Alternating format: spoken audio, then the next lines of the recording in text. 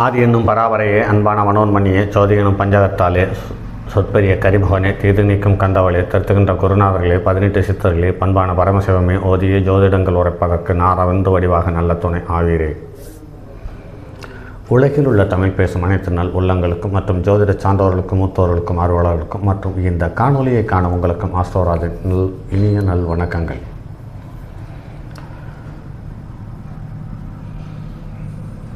ஒரு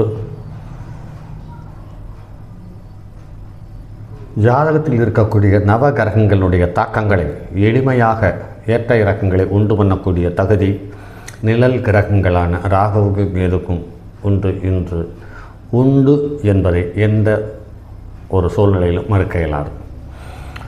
ஒரு கிரகம் ராகு கேதுனுடைய சம்பந்தம் இல்லாமல் இருக்கும் பொழுது அதனுடைய இயல்பான பலன்களை தந்துவிடும். அதனுடைய காரகத்துவத்துக்கு சம்பந்தமான பலனை தரும். ஆனால் அது இயல்பாக இருக்கும், ஈஸியாக, அதாவது சுலபமாக கடந்து செல்லக்கூடிய தன்மை உள்ள பலன்களாக இருக்கும்.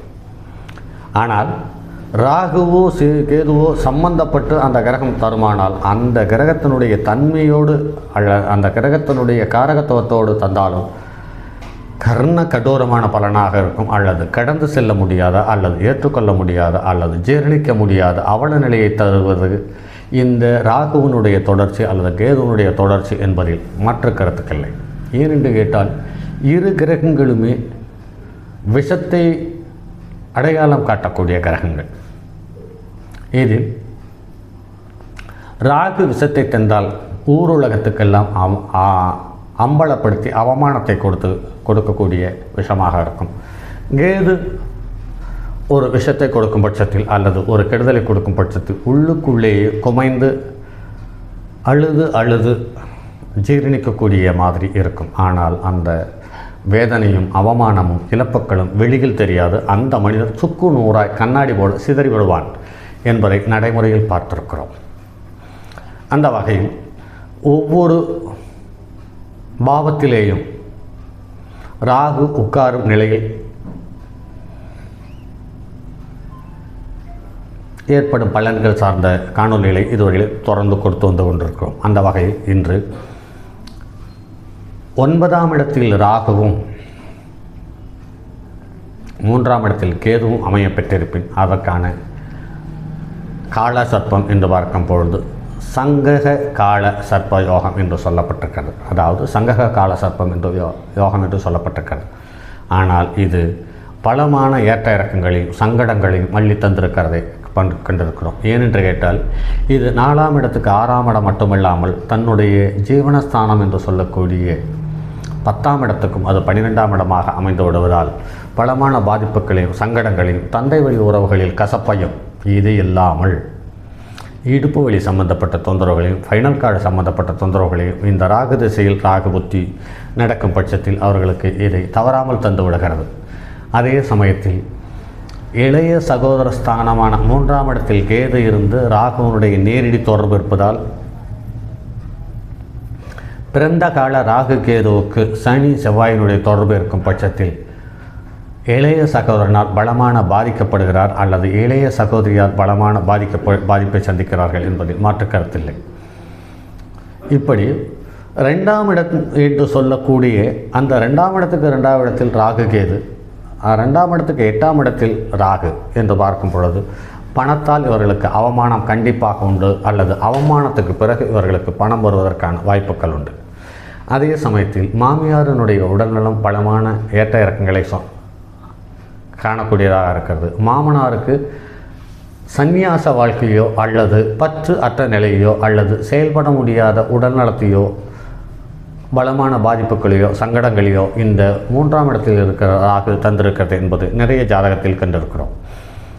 இந்த சர்ப்பம் என்று பார்க்கும் பொழுது ஒருவரை ஆதரவில்லாத தனிமரமாக தவிக்க செய்த பாவங்களிலிருந்து தந்தை மகனை பிரித்த பாவமும் தந்தையும் மகனும் பிரிந்திட காரணமாக இருப்பதும் குரு துரோகம் செய்வதால் ஏற்படக்கூடியதும் குரு தட்சணையில் பாதகம் செய்வதாலும் ஒருவரின் உயர்நிலை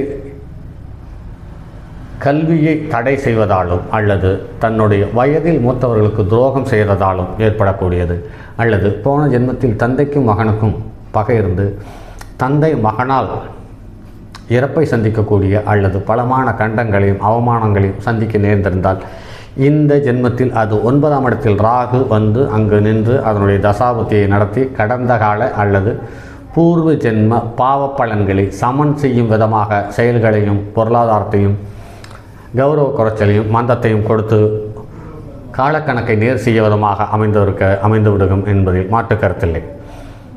அதே சமயத்தில் நமக்கு குருவாக இருப்பவர் யார் இருக்கிறாரோ அவரை கேவலப்படுத்துவது அல்லது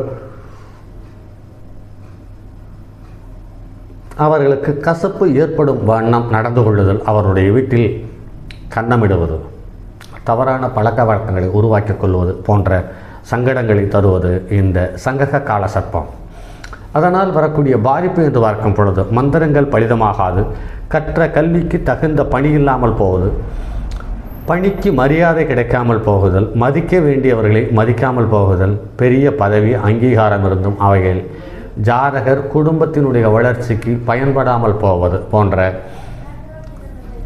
சற்று சிரமமான ஏற்றுக்கொள்ளக்கூடிய தகுதி இல்லாத செயல்களையும் நடவடிக்கைகளையும் பதவிகளையும் கௌரவங்களையும் மரியாதைகளையும் கொடுத்து பணத்தால் அவமானத்தை சந்திக்க வைக்கிறது என்பது மாற்று கருத்தில்லை.